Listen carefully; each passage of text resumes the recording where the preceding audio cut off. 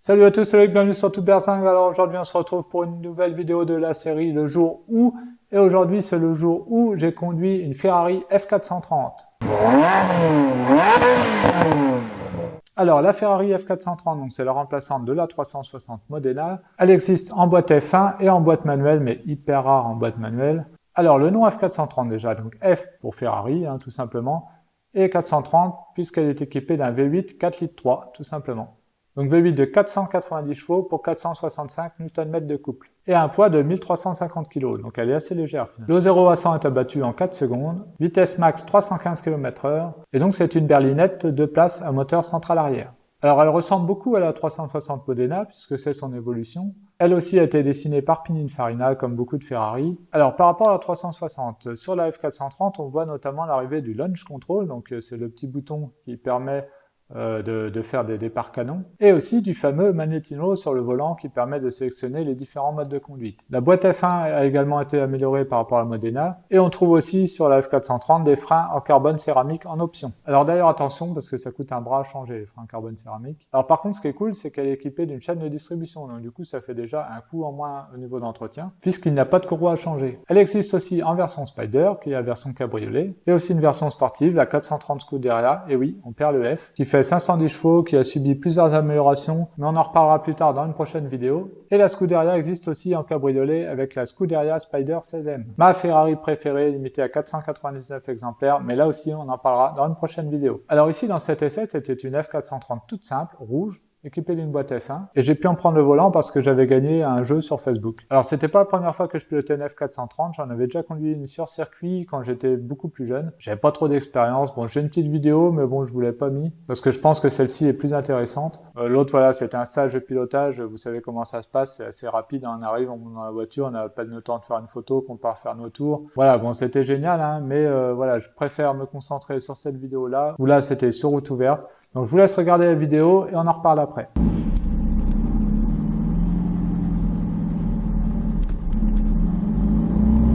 Les procédures, ils sont réglés ou pas? Ouais.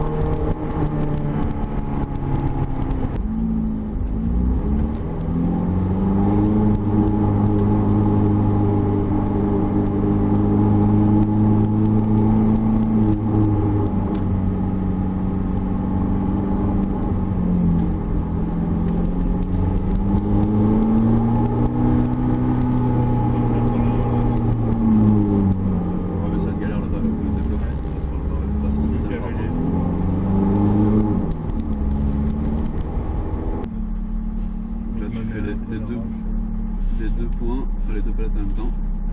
Hop, et là t'appuies sur le frein et t'appuies sur R, pardon.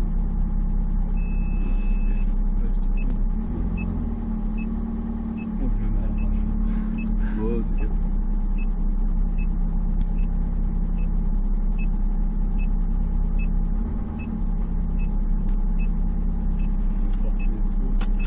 Vas-y, t'arrêtes là, je vois dans la voiture. Encore.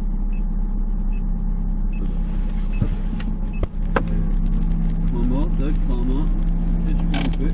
Je vais prendre en photo si tu veux. Ouais, par contre, on va aller chercher.